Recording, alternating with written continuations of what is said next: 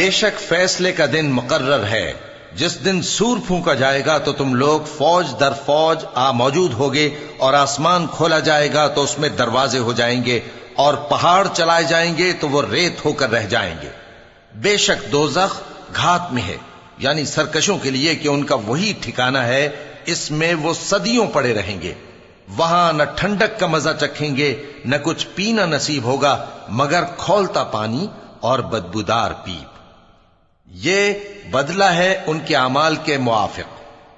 یہ لوگ حساب آخرت کی امید ہی نہیں رکھتے تھے اور ہماری آیتوں کو مسلسل جھٹلاتے رہتے تھے، اور ہم نے ہر چیز کو لکھ کر محفوظ کر رکھا ہے۔ سو اب مزہ چکھو، ہم تم پر عذاب ہی بڑھاتے جائیں گے۔ بے شک پرہیزگاروں کے لیے کامیابی کا گھر ہے، یعنی باغ اور انگور اور ہم عمر بھرپور جوان عورتیں اور شراب کے چھلکتے ہوئے جام۔ وہاں وہ نہ بیہودہ بات سنیں گے، نہ جھٹلانے کی باتیں۔